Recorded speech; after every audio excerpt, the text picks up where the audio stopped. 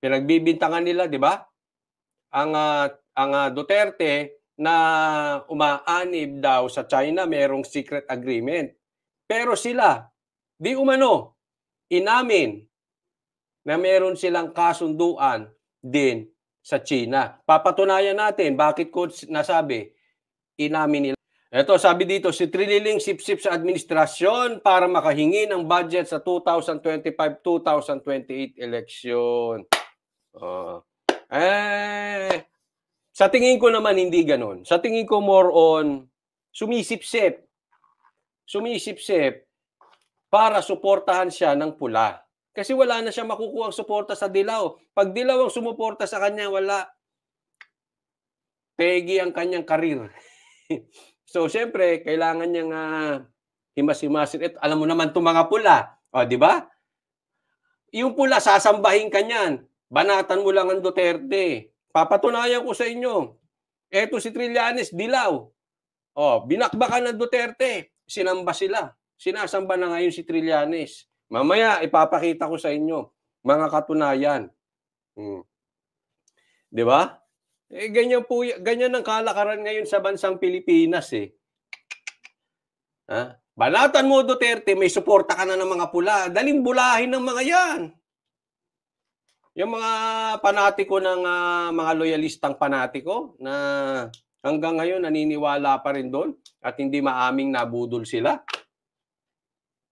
Banatan mo Duterte, nasa kanila na suporta nyo. Kahit alam nila, ginagamit lang sila, magpapagamit sila, ang sa isipin nila, gamitan na lang sila. Sabi dito, martial law na ba, Coach Oli, bakit parang wala ng freedom of expression? Yan ang sinasabi ng taong bayan. Tayo ay dumadaan sa silent martial law.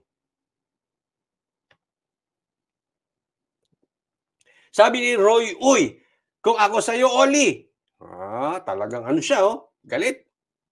Lumipat ka na sa pula para di ka isunod. Shout out sa mga trolls na nanonood ngayon at sa mga bashers dyan. Okay? Sige, para kumita naman kayo, ha? I-shout out ko na kayo. Ayan, nagtatrabaho yung trolls nyo. Lalaki din ang tiyan nyo, kaya ng amo ninyo. But anyway, hindi ako lilipat dyan. Tatandaan nyo po. Sabi dito, kung ako sa'yo, Oli, lumipat ka na sa pula para di ka isunod. Che! Ayun ang masasabi ko, Che. Ang Banateros Brothers, even before the election, ayaw namin sa pula. During the election, hindi kami nagpula. And after the election, hindi kami nagpula. Duterte po ang aming sinusuportahan dahil ayaw namin sa adik. At si Tatay Digong, lehitimong lumalaban sa adik. Alam nyo po yan. Kaya nga may drug war, yun po ang gusto naming sinusuportahan. Alam po nyo yan. Kaya nga, ulitin ko, marami sa inyo minumura kami. Hindi daw kami tunay na DDS. Kayo Banateros, hindi kayo mga tunay na DDS. Ba't hindi kayo sumunod kay BP Sara? Ganun ang mga litanya ng mga vloggers na DDS na lumipat kay Marcos. Di ba? Hindi DDS yung mga yan. Hindi binoto si Marcos, hindi sumunod kay Sara. In less than 2 years, ano na? Yung iba, minumura kami. Kami, hindi po kami sumasabay sa agos. Anong sinasabayan namin? Katotohanan. Hindi pag-uso to, okay to, dito tayo, ay uso pula ngayon, dito tayo, ay uso ngayon ng Duterte, dito tayo, ay uso ngayon nito, dito abuse, uso tayo, puntahan natin si Marcos, FLM, dito tayo, may ganun. O si Diwata, dito tayo, Tito Vic and Joey, dito tayo.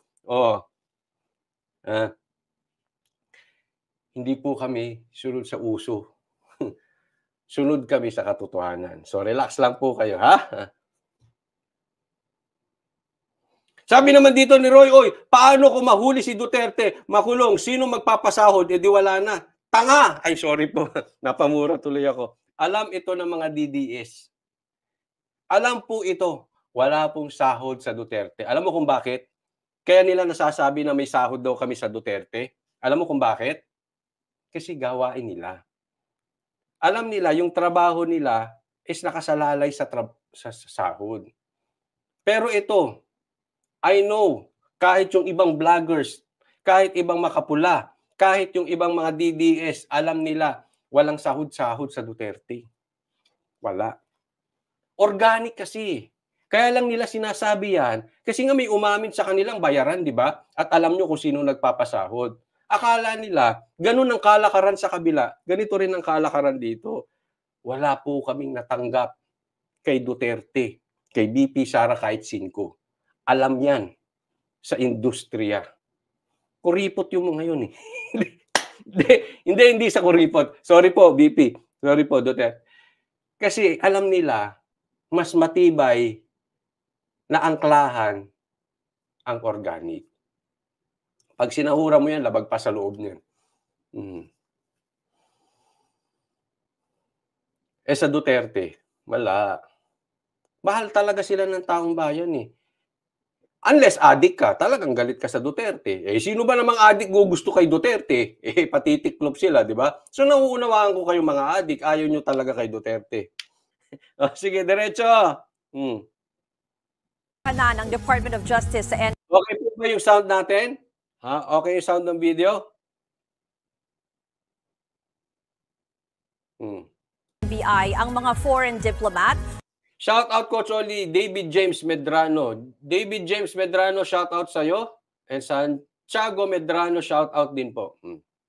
Na lumabag sa batas kasunod ng posibleng pangwa-wiretap ng Chinese Embassy sa sinasabing usapan umano ng isang tauhan nila at opisyal ng AFP.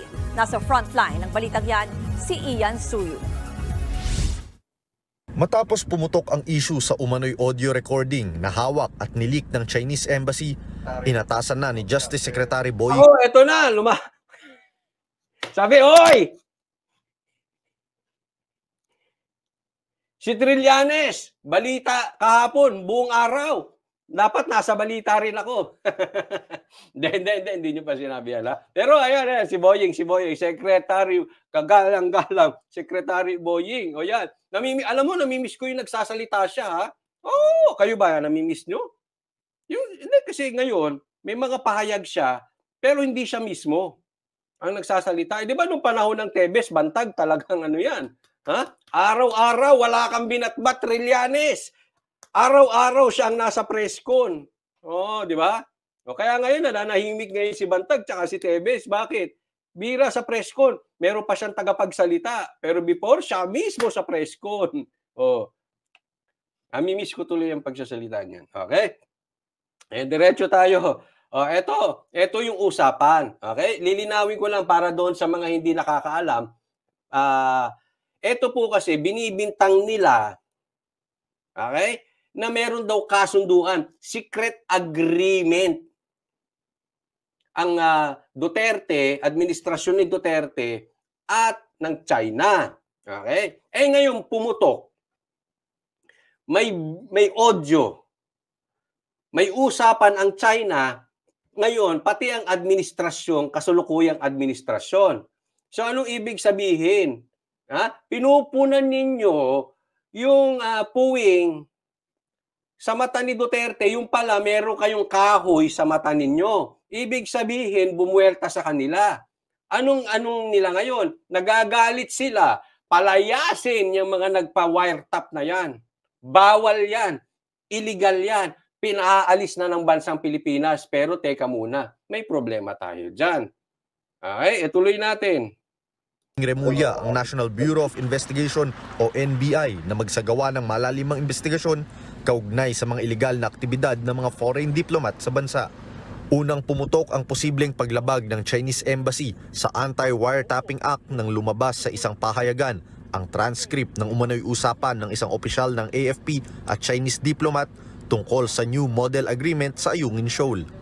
Sa ilalim ng Vienna Convention, hindi basta-basta pwedeng kasuhan ang mga diplomat, pamilya nila at maging mga empleyado ng isang international organization dahil sa tinatawag na diplomatic immunity. May diplomatic immunity. Ito, tingnan natin. Okay? Yung kay Tatay Digong, pinasama nila, secret agreement ang tawag nila. Ito naman sa administrasyon, kasalukuyang administrasyon, ang tawag new model. Ang galing, no? Bagong Pilipinas, new model. Same banana po yan. Parehas kayo may agreement sa China. Okay? Ito po yung kinuwento sa atin nung na-interview natin sa SMNI si Professor Ana. Na bakit ba nag-wiretap ang China? Kasi posible nagalit sila. Bakit? May kasunduan na tayo dyan eh. May kasunduan tayo na hindi kayo magdadala ng kung ano-ano dyan sa shoal na yan. Lumalabag kayo. Tapos pinasasamahan nyo kami pag binobomba kayo. May kasunduan na tayo. Ang ginawa ng administrasyon na ngayon, tinanggi. So anong ginawa nila? Naglabas sila ng audio. Ito, may katunayan kami. Ito, audio. May usapan tayo. Nilalabag ninyo. Pasaway kayo. Tapos magagalit kayo. Di ba? Tamo kung gaano ka-ipokrito itong mga ito. Di ba? May pagka-ipokrito. Panay ang bintang nila sa Duterte, sila pala. Bakit mo naman nasabi, Coach Oli, na totoo yan? Mamaya, tingnan natin. Pero ayon kay Remulla, bagamat may mga pribilehiyo na kaakibat ang pagiging diplomat, tungkulin din daw nilang igalang ang mga alituntunin sa ating bansa. Kaya mananagot pa rin daw sila kung makikitaan ng anumang violation. Wala pang tugon ng Chinese Embassy sa mga pahayag ni Remulla. Pero ang Department of Foreign Affairs naman, naglunsad na rin ng sarili nilang investigasyon. Habang sa Senado, naghain na rin ng resolusyon si Senator Francis Tolentino para magsagawa ng investigasyon in aid of legislation kaugnay sa posibleng wiretapping. Una na rin sinabi ni Defense Secretary Gilbert Chodoro na dapat paalisin agad sa Pilipinas kung sino man ang nasa likod ng audio recording. Yan, tingnan mo ha. Okay. Meron daw diplomatic immunity. Ibig sabihin, hindi pwedeng idemanda ng Pilipinas itong mga diplomats ng China. Okay? Kasi meron daw di umano silang nilabag na batas. Meron nilabas nila tong wiretapping. Okay? Pero dapat daw mananagot pa rin sila sa atin kahit na may diplomatic immunity sila. So anong gustong palabasin? Ito nga ang sabi, dapat yan palayasin na sa Pilipinas. Okay? Ngayon, kung nagagalit kayo, bakit nilabag itong wiretapping? Ibig sabihin, inaamin ninyo yung audio. Kasi anong iwa-wiretap mo kung hindi totoo yung audio? Kung peke yung audio, then it follows walang wiretapping. Nauunawaan po natin. Kaya ito, namati sila dito. Sa katunayan, parang hindi nila naisip ito. Parang nadulas sila. Okay?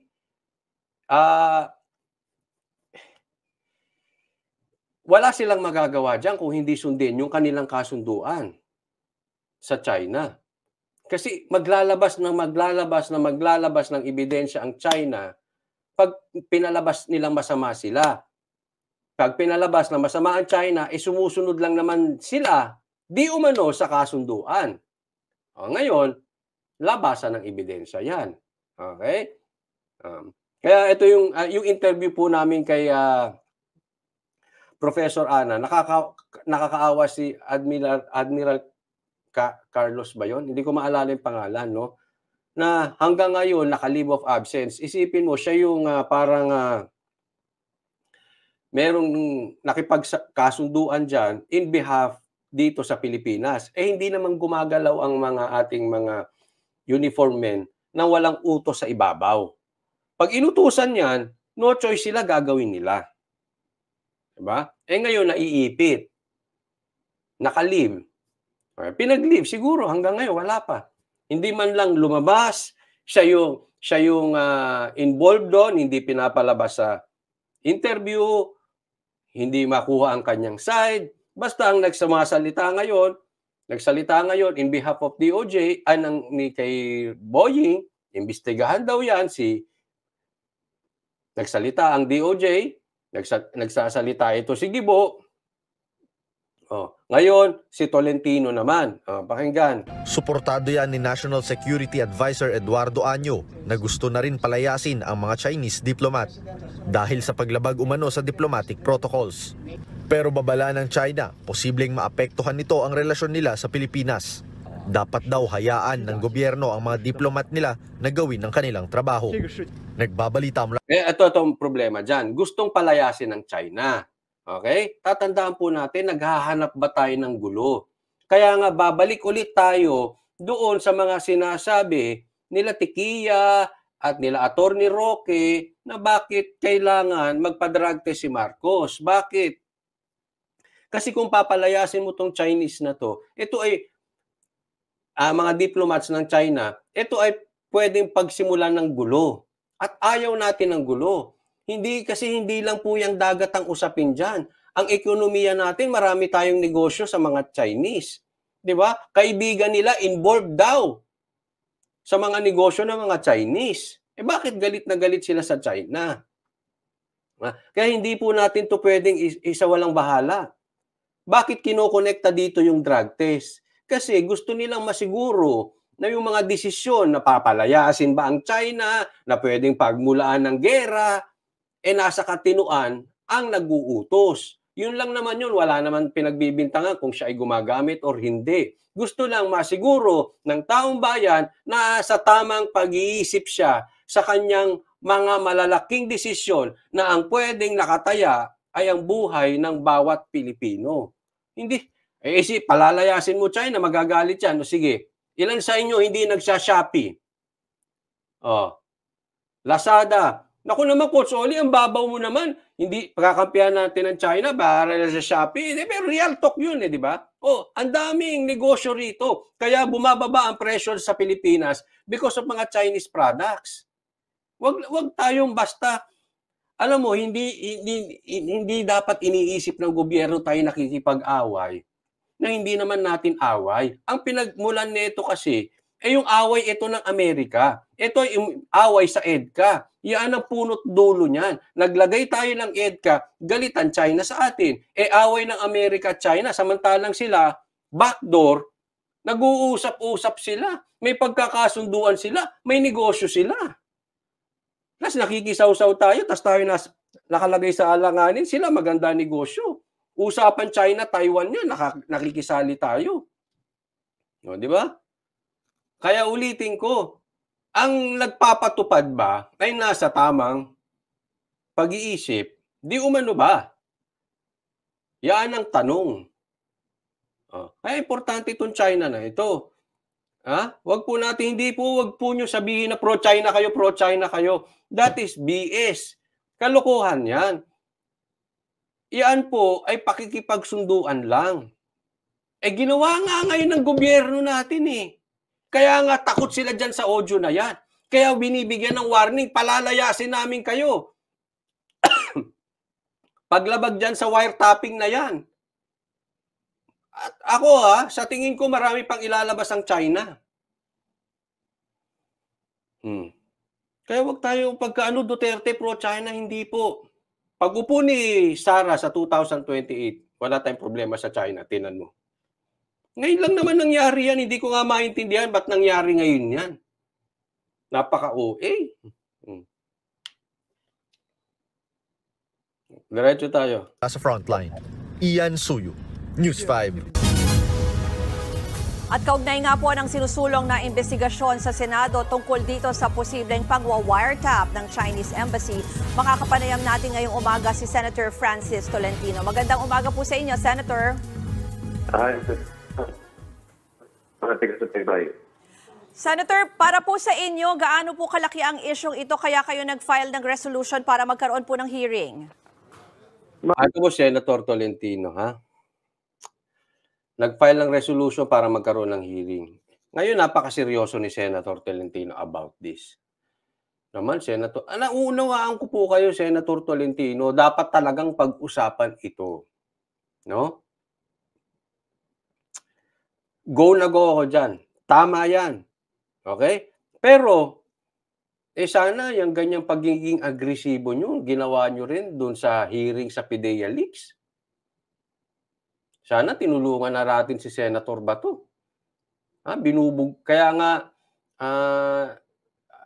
sinuggest natin, tulungan din ng DDS si Senator Bato kasi mag-isa na lang siya ron Wala nang tumutulong sa kanya. Sana naman tulungan din ng, sana tulungan niyo rin Senator Tolentino. Malaki po itong isyong ito kasi lumalabas po ito hindi lang simpleng paglapastangan sa ating batas, Republic Act 4200, but as a serious diplomatic breach na ginawa kung sino man ang gumawa ng embassy ng China. So this is a serious violation of the Vienna Convention on Diplomatic Relations. Kung sakasakali binanggit nyo na po yung batas, yung anti-wiretapping law, ano po ba ang posibleng amendments na maisusulong nyo kung sakali? Yan, ito yung sinasabi ko dyan. Kung nalabag ang anti-wiretapping law, ibig sabihin, inamin. Sana kasi, ito lang naman. Wala namang masama. Ako tingin ko wala namang masama kung makikipagkasunduan sa China kung ito naman ay magiging mapayapa. Aminin nyo na lang. Itong admin na to, aminin nyo na lang na may kasunduan kayo. Tapos, hingi kayo ng dispensa sa Duterte kasi pinasamahan nyo sila, yung pala, gawain nyo rin. Di tapos na. Di ba? Okay yan eh. Sino ba gusto ng gera? Dapat talaga may kasunduan dyan. Huwag na nating paikot-ikutin yan. Sumoplak yan. Ito, napakalaki nito. Sumoplak ito sa pagmumukha ninyo. Ngayon, kasi alam mo, ito kasing China, tinan nyo, ang litanya nila. May tawag sila kay Tatay Digo na Xi Digo, pro-China si Tatay Digo.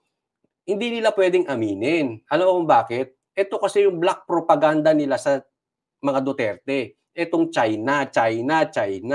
Gusto nilang idikit ang Duterte sa China. Why? Hindi kasi nila kayang labanan ang Duterte mano-imano, one-on-one, trabaho sa trabaho, pagdating sa mga darating na eleksyon. Mas mahal talaga ng taong bayan ang Duterte. So anong kanilang resort? Black propaganda. Idikit ang China sa Duterte. Kaya hindi nila maaamin yan. Sa tingin ko, imposibleng aminin nila na may kasunduan sila sa China dahil paano na nila gagamitin? Yan na nga lang ang bala nila sa Duterte. Hindi naman nila matawag na adik.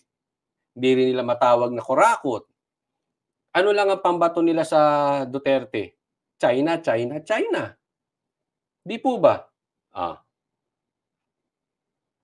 Babalik sa kanila. Ano pa ibabalik nila sa Duterte? Wala na. Wala naman silang masabing maganda nilang ginagawa. Walang bumabalita magaganda nilang ginagawa. So ang gagawin lang nila, paninira sa Duterte. Diba? Kung wala silang balita, ang gagawin nilang isusunod, sirain si Pastor Kibuloy.